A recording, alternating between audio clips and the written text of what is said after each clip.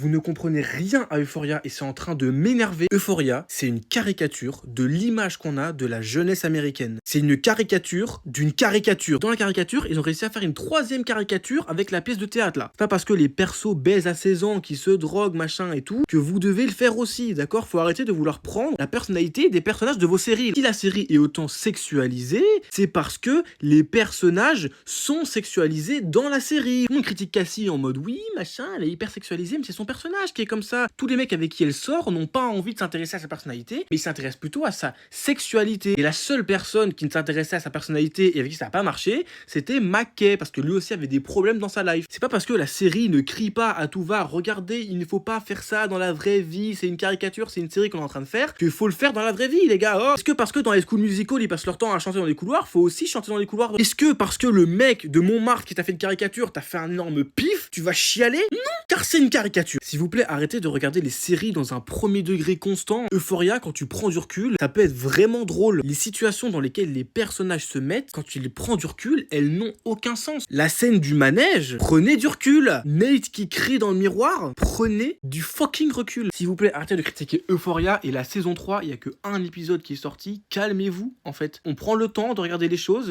prennent du temps, c'est comme ça, voilà, ça prend du temps. Moi j'ai vraiment hâte de voir la suite, l'histoire a l'air vraiment cool, même si visuellement c'est beaucoup moins original que dans la saison 2, c'est sûr, hein, quand on compare les épisodes 1, la saison 2, et épisode 1, la saison 3, ça n'a absolument rien à voir la saison 2, mais elle défonce tout sur son passage, vraiment. Mais l'histoire peut être cool, et j'ai hâte de voir comment tous les personnages vont se rejoindre, parce qu'au final, c'est vraiment ça qui est intéressant, c'est de suivre l'histoire de chaque personnage du point de vue d'un autre. C'est vraiment ça qui est cool au final.